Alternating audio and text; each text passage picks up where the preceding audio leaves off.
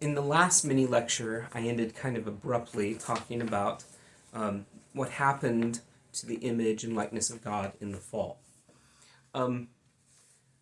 We believe, as Christians, that that image and that likeness is restored to us by Jesus.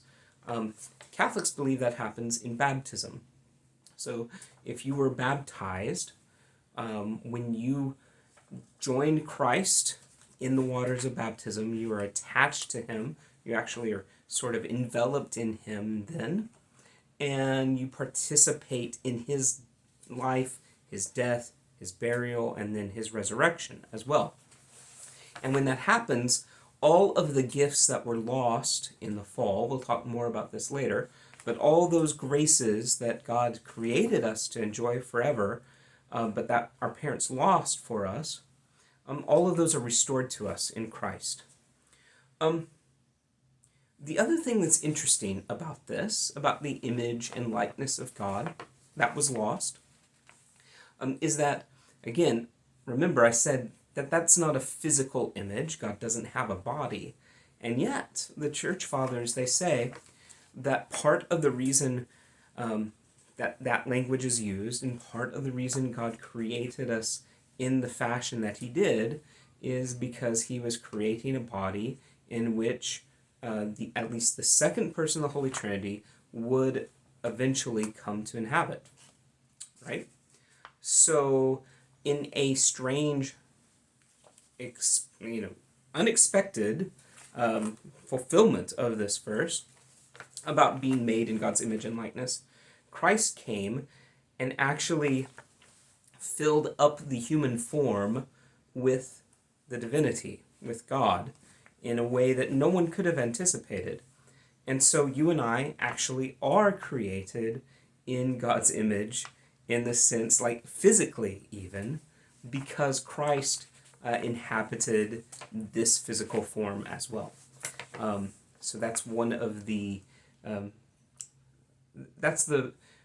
that comes from the church fathers. These are ancient authorities in the church, writing from right after the apostles. Some of them actually lived during the time of the apostles. The apostolic fathers, we call those, clear up through the about the 6th, 7th century is when the church fathers lived. So Jesus then, becoming one of us, gives humanity's image and likeness a sort of new layer of meaning that no one could have anticipated. Because of this, we literally become God's image and likeness in the Incarnation. Remember, that word incarnation means God became flesh. So God became one of us. And so when God becomes one of us, we become then, we have the opportunity to become God's own image and likeness. C. Kevin Rowe, in this book, I hope you're reading this, Christianity's Surprise, he says that humanity's self-understanding is a gift. So I'm taking this in a little bit of a different direction here.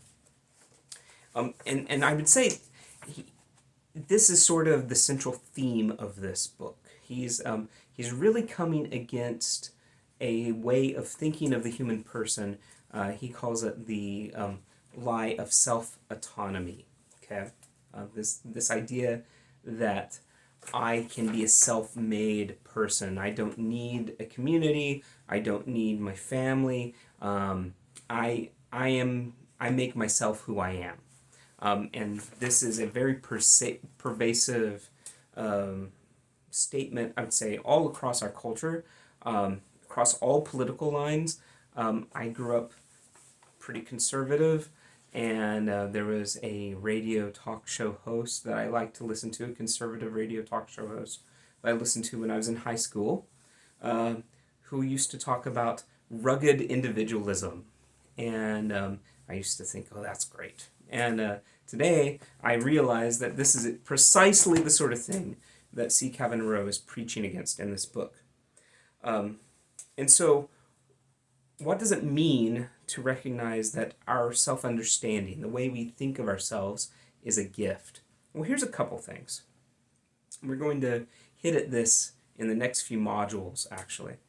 So first of all, to say that humanity's self-understanding is a gift is definitely a countercultural statement, because our culture today preaches a different message. You're aware of this, right? You don't receive your identity from God or anyone else. Your identity is something that you choose or that you discover from within. This is a different way of thinking about the human person. It's not something that's received, it's something that is asserted and discovered on one's own, independent of anyone else, really.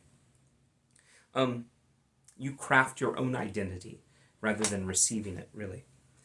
And I would agree with C. Kevin Rowe that this is a lie, but this is a very pervasive lie, and it might be a lie that, I know this is a lie that I have believed in the past.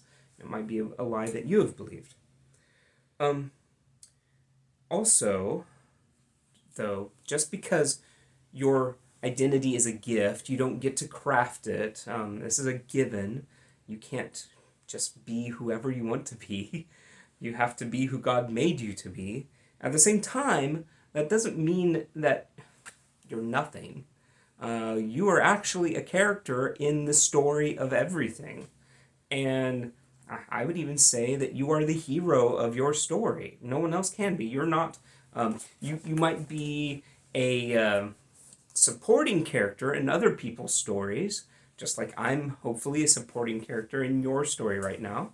But you are the hero in your story, and that's what God created you to be. And it's a part of this big story, this story that we've been talking about, the story of everything. Something came before you, okay, in this story, and lots of other things are going to follow after you. And you can't control that. But, and it's just the way things are.